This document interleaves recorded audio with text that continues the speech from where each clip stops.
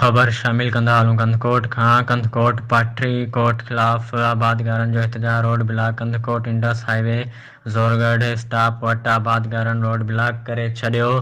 Kandhkot RD 150 मुरादवाह शाख में पाणी खोट जे करे एहतजाज में इंडस हाईवे रोड बंदि करे टायरनि खे साड़ियो वियो। आबादगारनि चयो त पाणी जी खोट सबबि असां जूं ज़मीनूं बंजर थी वियूं आहिनि। जॾहिं असां पाणी लाइ आबपाशी अमलो सां राब्तो कयो, आबपाशी अमलदारनि वारिस सोरियानी ऐं मीर हसन सावंत 1 लख रुपयनि जी रिश्वत जे एवज़ पाणी ॾियण जी पेशकश कई। मुज़ाहिरीन हिकु तरफ़ असां जो ॿिज ऐं चांवर जो फसल किरोड़ें रुपया ज़ाया थी रहिया आहिनि त ॿिए तरफ़ आबपाशी अमलदारनि जे मनमानियूं जारी आहिनि। आबादगारनि वधीक चयो त असां आला अख़्तियारनि मुतालबो कयो असांखे पाणी ॾिनो वञे ऐं करोड़ें रुपयनि जे नुक़सान खां बचायो वञे। जेकॾहिं असांखे पाणी न ॾिनो वियो त एहतजाज जो दाइरो वधायो वेंदो।